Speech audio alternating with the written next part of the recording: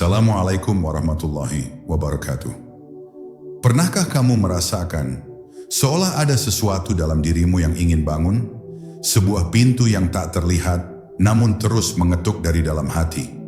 Bukan karena kau mengejar ilmu gaib, bukan karena kau ingin menjadi lebih dari manusia lain, tetapi karena kau mulai lelah hidup hanya dengan apa yang mata bisa lihat.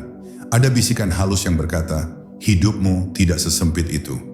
Ada rasa yang tak bisa dijelaskan, seperti ada cahaya kecil yang bergetar, meminta untuk dikenal, dan semakin kau mencoba mengabaikannya, semakin kuat ia memanggilmu. Disinilah perjalananmu dimulai, bukan untuk membuka mata yang kedua, tetapi untuk membuka diri kepada kebenaran yang sejak awal telah menunggu.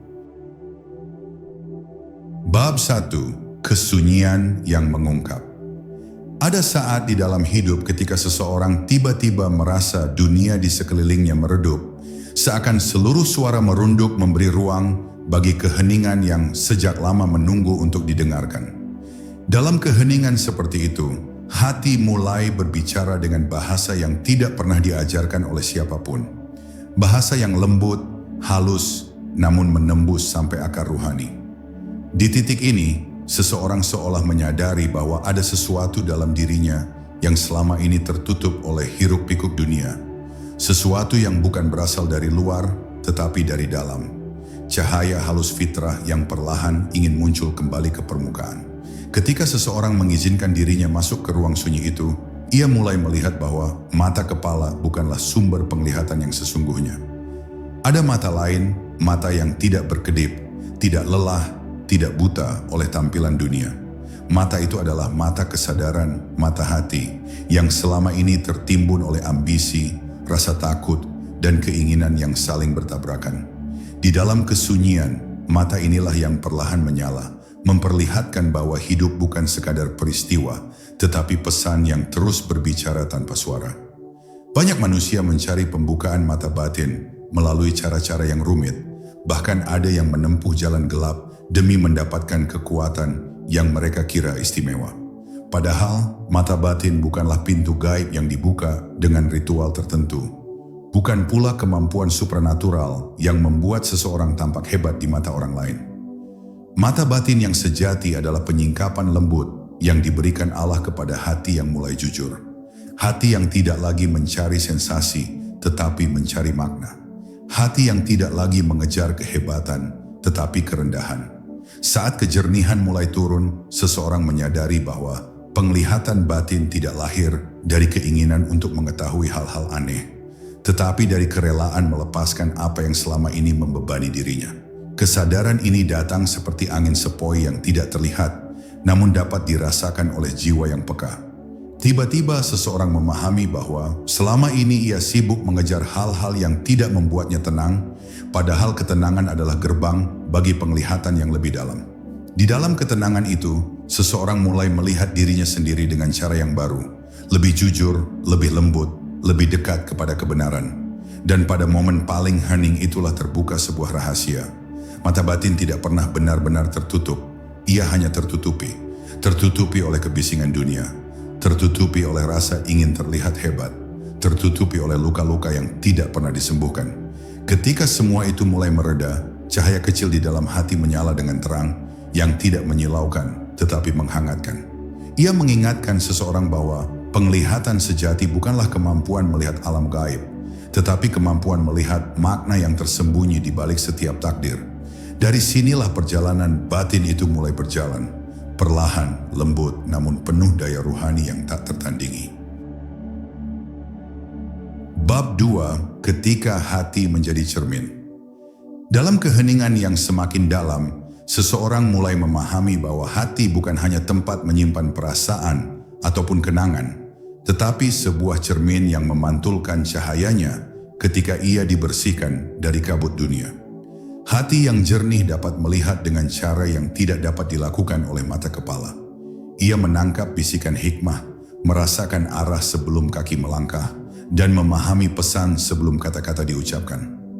Ketika hati menjadi cermin, dunia luar tidak lagi sekadar tampilan. Ia berubah menjadi rangkaian tanda yang menunggu untuk dibaca. Dan membaca tanda-tanda inilah hakikat dari melihat dengan mata batin. Ada kalanya seseorang merasa bahwa ia mengetahui sesuatu tanpa alasan yang jelas. Sebuah firasat yang begitu halus namun sangat kuat. Firasat seperti ini bukan muncul dari kemampuan gaib, melainkan buah dari hati yang mulai jernih, hati yang telah disucikan oleh keikhlasan. Dalam kondisi seperti ini, seseorang mulai melihat bahwa hidup selalu memberikan petunjuk. Namun petunjuk itu hanya dapat dipahami oleh jiwa yang tidak lagi dibutakan oleh prasangka. Ketika prasangka jatuh, cahaya kebenaran memantul di dalam dada, seperti kilau air yang bening ketika matahari menyentuh permukaannya. Namun untuk menjadi cermin yang memantulkan cahaya, hati harus melepaskan segala noda yang menempel padanya. Kesombongan, kemarahan, dendam, dan keinginan untuk selalu benar. Semua itu membuat hati menjadi buram, hingga apapun yang dilihatnya selalu tampak gelap dan menakutkan. Ketika hati buram, seseorang tidak bisa membedakan antara bisikan nafsu dan petunjuk Tuhan. Ia akan mengira bahwa suara yang datang dari dalam diri adalah kebenaran, padahal itu hanya gema dari luka yang belum sembuh. Disinilah pentingnya kejujuran batin, karena hanya hati yang jujur yang dapat memantulkan kebenaran yang sebenar-benarnya. Ketika hati dibersihkan oleh doa, zikir, dan ketundukan, ia mulai memantulkan petunjuk Allah, layaknya permukaan cermin yang kembali bening. Penglihatan batin menjadi tajam, bukan karena seseorang ingin menjadi berbeda, tetapi karena Allah mengizinkan hatinya menangkap hikmah yang sebelumnya tersembunyi. Ia mulai melihat dunia bukan dengan rasa curiga, tetapi dengan rasa paham. Ia melihat manusia bukan sebagai ancaman, tetapi sebagai sesama musafir yang sedang mencari cahaya yang sama. Pandangan ini melahirkan kelembutan, dan dari kelembutan inilah mata batin memperoleh ketajamannya. Dan ketika hati benar-benar menjadi cermin, seseorang akan melihat bahwa seluruh perjalanan hidupnya adalah dialog rahasia antara dirinya dan Tuhan. Setiap kegagalan adalah pesan, setiap keberhasilan adalah titipan, setiap rasa sakit adalah pengingat, dan setiap kemudahan adalah panggilan untuk pulang kepadanya. Pada tahap ini, mata batin tidak mengajarkan seseorang untuk melihat yang tidak terlihat, tetapi mengajarkan bagaimana memahami apa yang selama ini diabaikan. Itulah penglihatan yang lebih dalam, lebih tenang, lebih halus, dan jauh lebih berharga daripada melihat apapun yang gaib. Bab 3. Firasat yang dibersihkan. Di suatu titik perjalanan, seseorang mulai menyadari bahwa firasat bukanlah sekadar perasaan samar yang datang dan pergi, melainkan pintu kecil yang menghubungkan hati dengan petunjuk ilahi. Namun pintu ini tidak selalu terbuka. Ia hanya terbuka ketika hati cukup tenang untuk mendengarnya. Firasat sejati tidak pernah datang dari rasa takut, dugaan, atau prasangka. Ia muncul ketika hati sudah tidak dipenuhi suara ego dan keinginan. Dan ketika hati mencapai ketenangan seperti ini, firasat berubah menjadi cahaya kecil yang memandu langkah, lembut namun pasti, tidak pernah memaksa namun selalu terasa benar. Firasat yang bersih adalah firasat yang lahir dari hati yang dipelihara oleh kejujuran. Orang yang jujur lebih mudah menerima petunjuk karena dirinya tidak menipu dirinya sendiri. Ia tidak memaksakan keinginannya menjadi kebenaran. Ia tidak menciptakan bayangan dalam pikirannya lalu menganggapnya sebagai bisikan ruhani. Firasat sejati tidak mengandung kegelisahan. Justru ketika ia datang, hati terasa tenang, meski keputusan yang harus diambil terkadang berat. Ketika hati jernih, seseorang akan merasakan perbedaan halus antara lintasan yang datang dari nafsu dan lintasan yang datang dari petunjuknya. Seseorang yang hatinya bersih akan melihat bahwa firasat bukan kemampuan istimewa, tetapi bentuk penjagaan Allah. Ia bukan kelebihan, melainkan karunia. Ketika seseorang menjaga hubungan dengan Tuhannya, maka Allah menjaganya melalui lintasan-lintasan hati yang memberikan arah. Inilah sebabnya para arif selalu mengatakan bahwa firasat adalah cermin dari ketakwaan. Semakin seseorang menjaga langkahnya dari hal-hal yang menodai, semakin Allah menjaga langkahnya dari hal-hal yang menyesatkan. Dan penjagaan ini seringkali hadir dalam bentuk firasat yang tiba-tiba membuat seseorang berhenti, berbelok, atau memilih jalan yang berbeda. Ketika firasat dibersihkan, seseorang tidak lagi mudah tertipu oleh kesan pertama. Ia tidak cepat terpancing oleh tampilan luar. tidak mudah terkecoh oleh kata-kata yang manis atau janji yang muluk. Hati yang jernih mampu melihat niat di balik tindakan, arah di balik kejadian, dan hikmah di balik ujian. Tanpa perlu melihat gaib, ia mampu menangkap makna yang tersembunyi. Firasat menjadi semacam kompas ruhani yang bekerja tanpa suara, mengarahkan seseorang menjauhi bahaya yang tidak terlihat dan mendekatkan dirinya kepada kebaikan yang tidak ia rencanakan. Pada akhirnya, firasat yang dibersihkan adalah ciri mata batin yang mulai hidup. Ia tidak heboh, tidak dramatis, tidak menuntut pengakuan. Ia bekerja seperti cahaya senja, tidak menyilaukan, namun menerangi jalan bagi siapapun yang memperhatikannya. Dan ketika seseorang mulai hidup dengan kepekaan seperti ini, ia menyadari bahwa setiap petunjuk dari Allah seringkali datang melalui hal-hal kecil. Perasaan tidak enak yang menyelamatkan, perasaan yakin yang menenangkan, atau pertemuan yang tampak kebetulan namun membawa pelajaran besar. Inilah mata batin yang sesungguhnya. Sederhana, lembut, dan selalu mengarahkan hati kepada kebenaran tanpa harus melihat sesuatu yang gaib. Bab 4. Kepekaan terhadap tanda-tanda Allah. Ketika seseorang mulai berjalan dengan hati yang lebih tenang dan batin yang lebih bersih, ia perlahan menyadari bahwa kehidupan ini tidak pernah sunyi dari tanda-tanda Allah. Setiap langkah, setiap kejadian, setiap pertemuan, bahkan setiap penundaan, semuanya membawa pesan yang tersirat. Namun tanda-tanda ini tidak berbicara dengan suara. Ia berbicara melalui pengalaman. Hanya mereka yang hatinya peka yang mampu menangkapnya. Orang yang mata batinnya mulai terbuka tidak lagi melihat hidup sebagai rangkaian kebetulan, tetapi sebagai rangkaian isyarat yang saling terhubung, diatur oleh kehendak yang maha halus. Kepekaan terhadap tanda-tanda Allah bukan berarti mencari makna berlebihan dalam segala sesuatu, melainkan menyadari bahwa tidak ada kejadian yang terjadi sia-sia. Ketika sebuah pintu tertutup, hati yang peka tidak menggerutu, tetapi bertanya dengan lembut, apa pelajaran di balik ini? Ketika sebuah jalan menjadi sulit, ia tidak langsung menyalahkan takdir, tetapi merenung, apa yang sedang Allah jaga dariku? Dengan cara pandang seperti ini, seseorang mulai melihat bahwa setiap peristiwa membawa arah, dan arah itu selalu menuju kebaikan, meskipun kadang membawanya melewati jalan yang tidak nyaman. Seringkali tanda-tanda Allah muncul dalam bentuk yang sangat sederhana. Ada pertemuan kecil yang mengubah cara seseorang memandang hidup. Ada kalimat singkat yang tiba-tiba menyentuh batin lebih dalam daripada nasihat panjang. Ada rasa ragu yang mencegah seseorang melangkah menuju bahaya. Dan ada rasa yakin yang membuka keberanian untuk melangkah ke sesuatu yang baik. Semua itu tampak kecil, tetapi bagi hati yang peka, itu adalah surat cinta ilahi yang dikirimkan setiap hari. Ia tidak ditulis dengan tinta, tetapi dengan takdir. Ia tidak dibacakan dengan suara, tetapi dengan rasa. Orang yang mata batinnya mulai hidup tidak mencari fenomena gaib, ia mencari makna. Ia tidak sibuk ingin melihat makhluk halus atau kejadian supranatural. Ia sibuk membaca bagaimana Allah menuntunnya melalui alur hidup yang tampaknya biasa.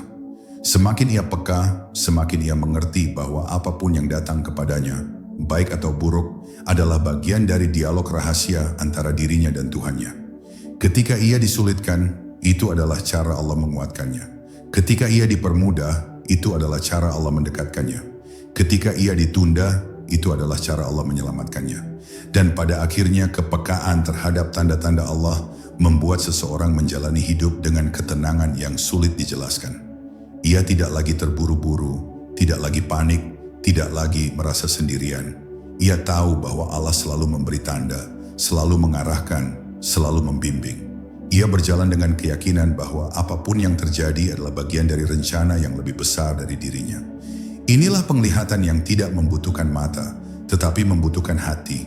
Penglihatan yang membuat seseorang memahami bahwa hidup ini bukan hanya perjalanan di dunia, tetapi perjalanan menujunya.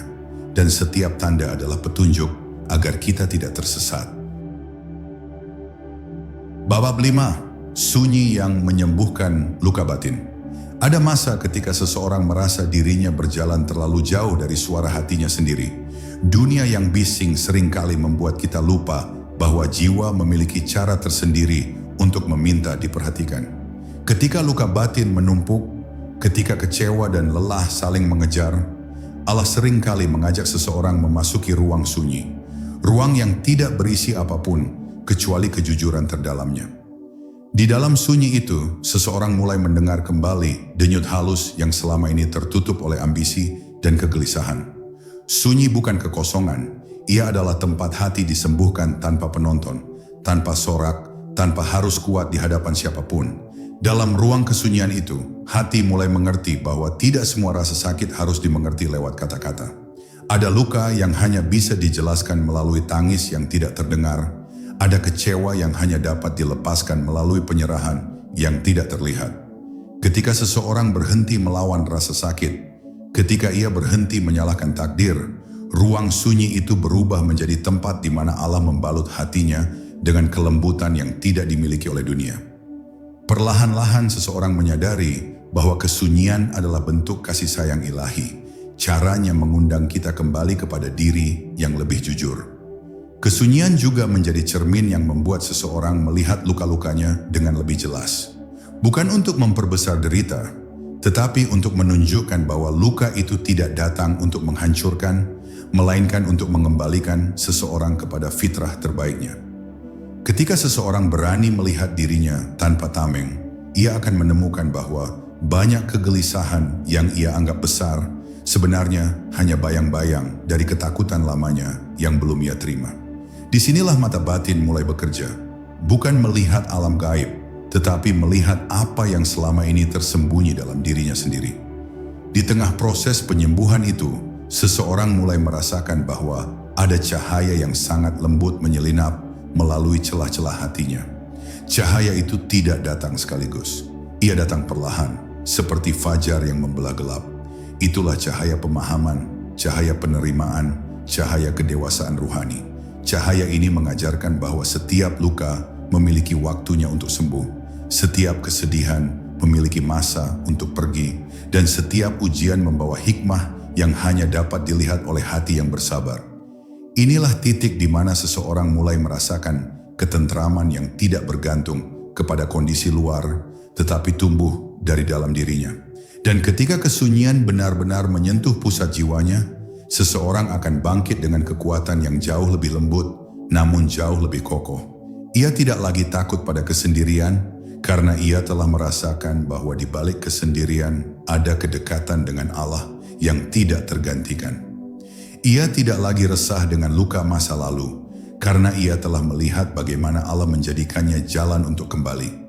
Inilah mata batin yang semakin terbuka, bukan karena melihat sesuatu yang gaib, tetapi karena telah melihat dirinya sendiri dengan jernih. Di titik ini, seseorang sadar bahwa penyembuhan batin adalah permulaan bagi penglihatan yang lebih dalam, lebih tenang, dan lebih benar.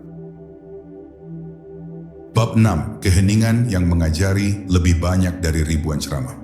Dalam perjalanan batin, ada sebuah titik di mana seseorang menyadari bahwa keheningan bukan lagi sekadar ketiadaan suara, melainkan ruang rahasia tempat Allah membisikkan pemahaman terdalam. Di sana, hati tidak lagi mengejar bunyi-bunyi luar, tetapi mulai mendengar denyut halus dari dirinya sendiri, yang selama ini tertutup oleh hiruk-pikuk dunia. Ketika seseorang masuk ke dalam keheningan itu, ia bukan sedang menjauhi dunia, tetapi sedang mendekat pada sumber segala makna yang selama ini dilupakannya. Dan pada momen seperti itulah mata batin perlahan belajar melihat tanpa harus membuka apapun selain kesadaran. Seringkali manusia mengejar guru, kitab, atau pengetahuan baru, berharap menemukan sebuah kunci rahasia yang bisa memecahkan misteri hidup. Namun dalam keheningan yang paling jujur, mereka baru sadar bahwa pemahaman yang paling murni selalu datang dari dalam, dari ruang sunyi yang Allah siapkan sebagai tempat perjumpaan hamba dengan Tuhannya.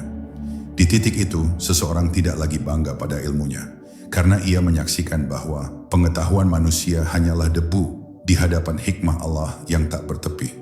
Justru kebodohan yang diakui dengan tulus menjadi pintu untuk memahami cahayanya. Keheningan yang sejati bukan berarti mematikan pikiran, melainkan mengarahkan pikiran agar tunduk pada nurani yang lebih dalam. Di dalam keheningan itu, seseorang merasakan bahwa setiap desir angin, setiap denyut nadi, dan setiap napas memiliki bahasa yang hanya bisa dipahami hati yang terjaga. Pada saat itu dunia tidak lagi tampak seperti sebelumnya. Muncul rasa bahwa semua yang terlihat hanyalah tanda-tanda yang saling mengantarkan menuju satu nama, Allah. Dan ketika seseorang mulai memahami tanda-tanda itu, ia tidak lagi sekadar melihat dengan mata, tetapi menyaksikan dengan ruh. Dalam keadaan seperti itu, mata batin tidak terbuka dengan kilatan cahaya atau pengalaman supranatural yang menggemparkan. Ia terbuka dengan lembut seperti fajar yang mengangkat tirai gelap tanpa suara. Ia muncul sebagai kejernihan, sebagai kemampuan untuk memahami makna di balik peristiwa, sebagai kesadaran yang tidak terguncang meski hidup berubah arah. Inilah pembukaan batin yang tidak membutuhkan ilmu gaib, tidak memerlukan ritual rumit, dan tidak berkaitan dengan hal-hal luar biasa. Ia adalah anugerah bagi siapapun yang mau belajar diam. Pada akhirnya seseorang akan memahami bahwa keheningan adalah guru yang tidak mengajarkan melalui kata-kata, tetapi melalui kehadiran yang mendalam. Ia membentuk jiwa, menghaluskan hati, dan mengembalikan seseorang kepada fitrahnya yang paling suci. Dari situlah seseorang belajar bahwa jalan menuju Allah tidak selalu harus dramatis. Kadang justru sangat sederhana, sunyi, dan tidak menarik perhatian siapapun. Namun justru dari kesederhanaan itulah mata batin perlahan terbuka, membawa seseorang pada kedamaian yang tidak bisa diberikan oleh dunia manapun. Bab 7. Saat hati menjadi cermin dari cahayanya. Ada masa ketika hati manusia menjadi begitu jernih, hingga ia mampu memantulkan cahaya yang tidak terlihat oleh mata lahir. Kejernihan itu bukan hasil dari belajar banyak, bukan pula akibat dari pengalaman luar biasa, melainkan buah dari proses panjang menerima, mengikhlaskan, dan membersihkan diri dari kabut keakuan.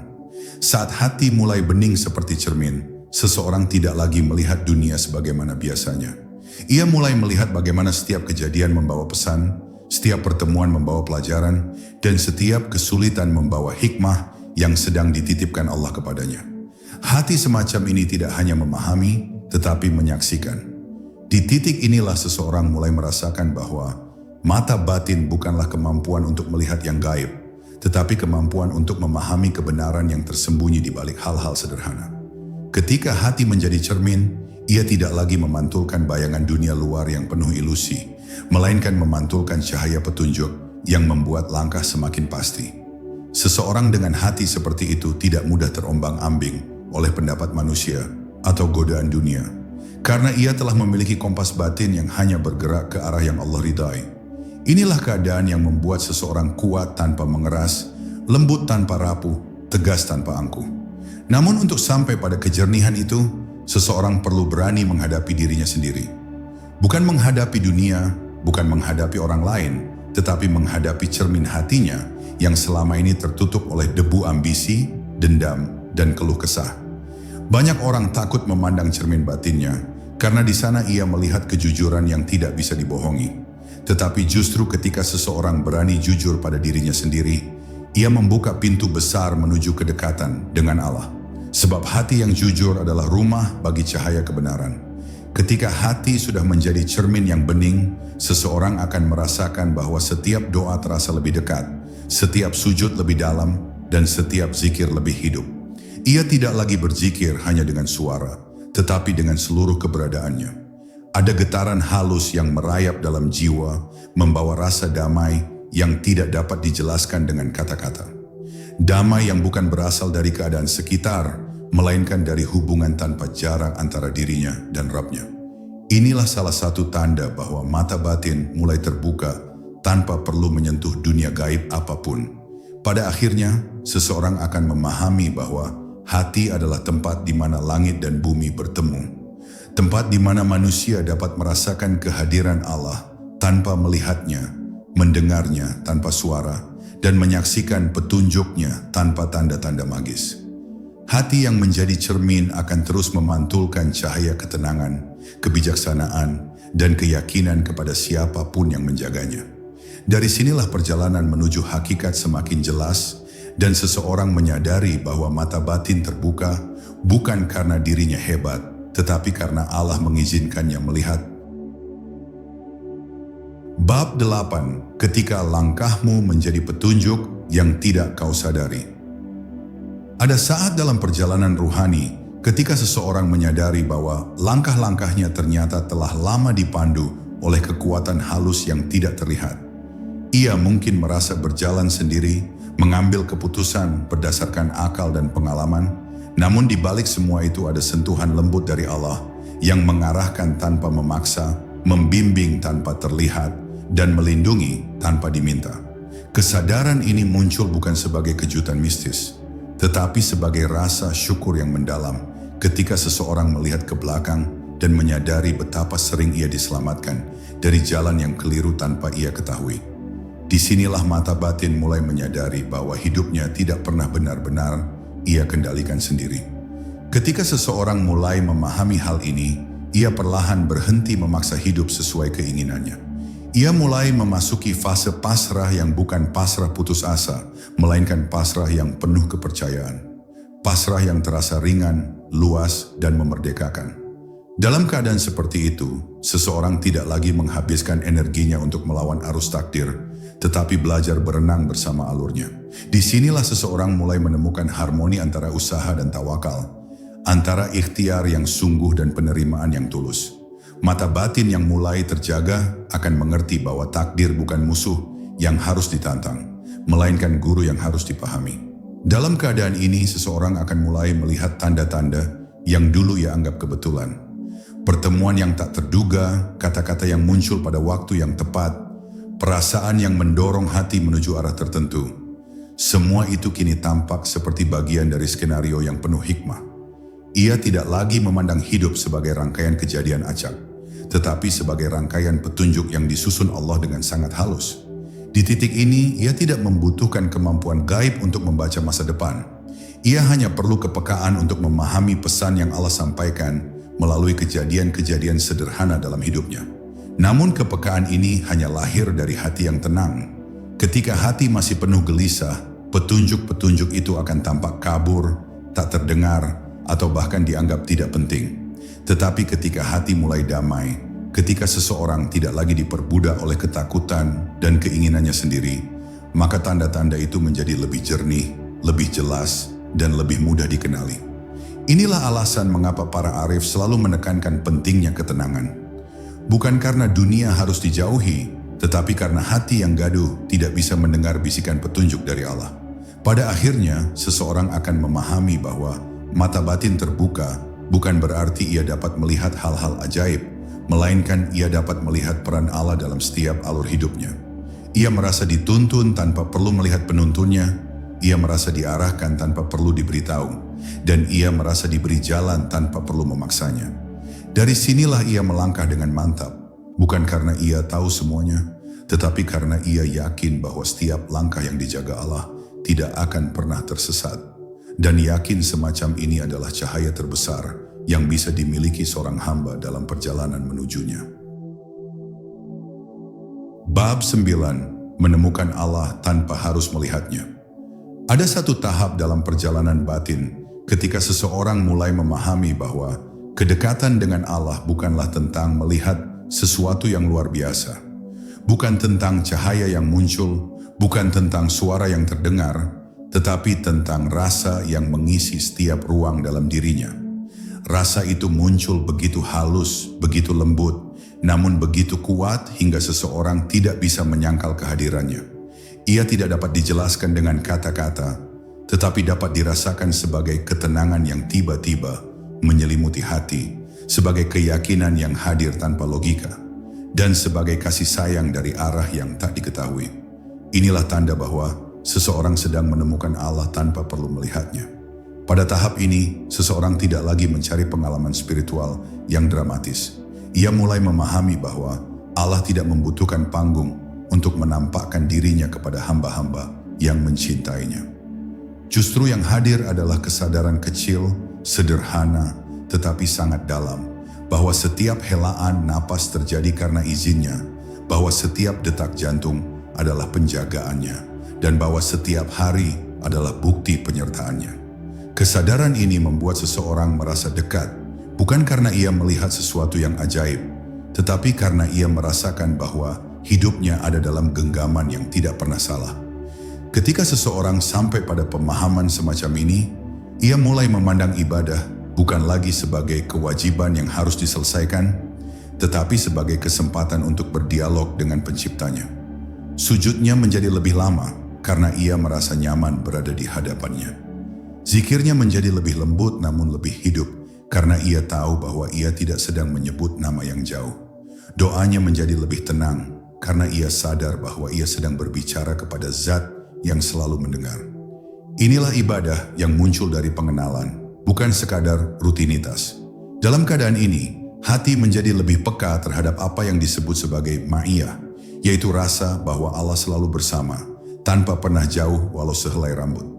Kehadiran ini tidak terlihat oleh mata, tetapi terasa oleh seluruh jiwa. Ia hadir sebagai kekuatan ketika seseorang lelah, sebagai ketenangan ketika seseorang cemas, sebagai petunjuk ketika seseorang bingung. Pada momen-momen seperti itulah seseorang menyadari bahwa kedekatan dengan Allah bukanlah tujuan yang harus dicapai, tetapi kenyataan yang harus disadari. Dan ketika kenyataan itu disadari, mata batin pun terbuka dengan cara yang sangat sederhana namun sangat agung.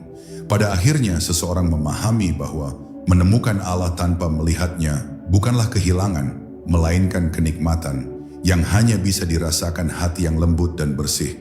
Allah mengajarkan manusia untuk mengenalnya melalui tanda-tanda, melalui rasa, melalui kedekatan yang tidak terlihat tetapi menggetarkan.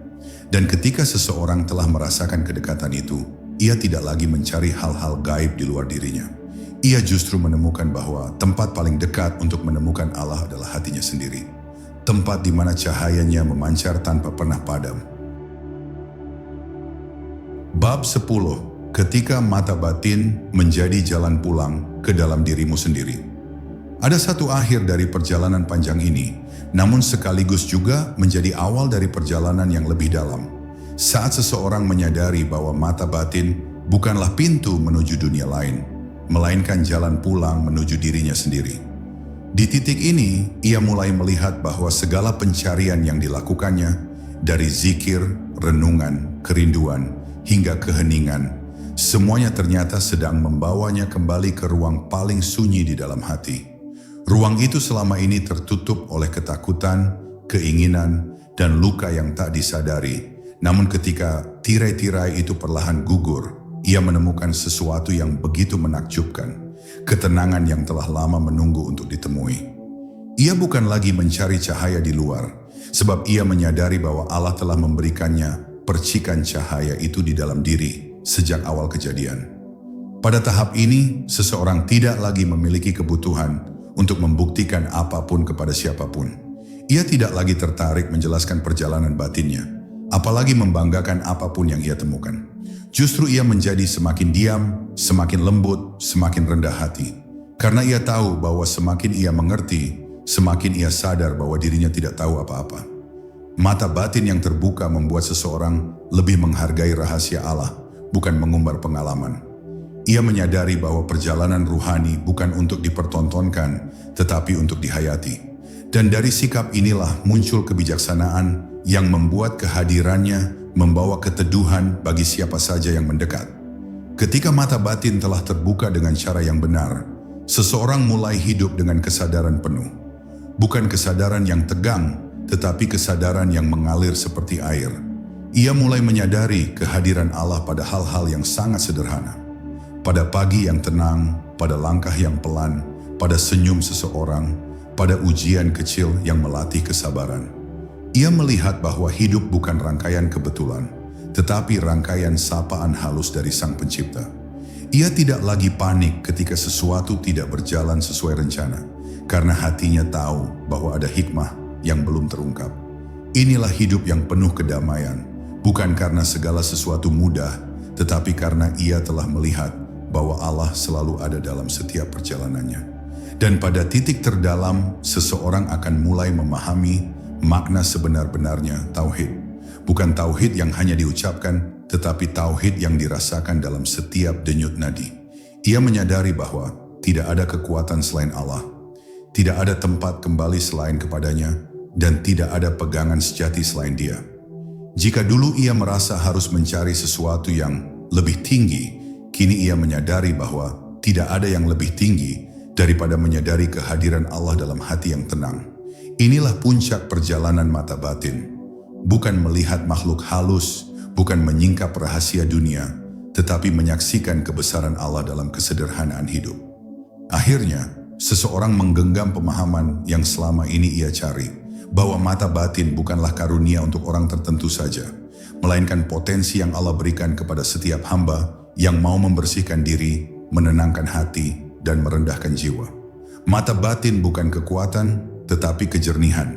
Bukan keajaiban, tetapi kesadaran. Bukan kemampuan melihat yang gaib, tetapi kemampuan merasakan kehadiran Allah dalam segala hal. Dan ketika seseorang telah mencapai titik ini, ia tidak lagi berjalan dengan mata yang ingin melihat, melainkan dengan hati yang telah menemukan jalan pulangnya. Karena pada akhirnya, perjalanan spiritual bukan tentang menemukan sesuatu di luar, tetapi menemukan kembali cahaya Allah yang selama ini berdiam di dalam diri. Jika kamu merasa hatimu disentuh oleh perjalanan ini, itu bukan kebetulan. Itu adalah panggilan lembut darinya. Dan hanya hati yang siap yang mampu mendengarnya.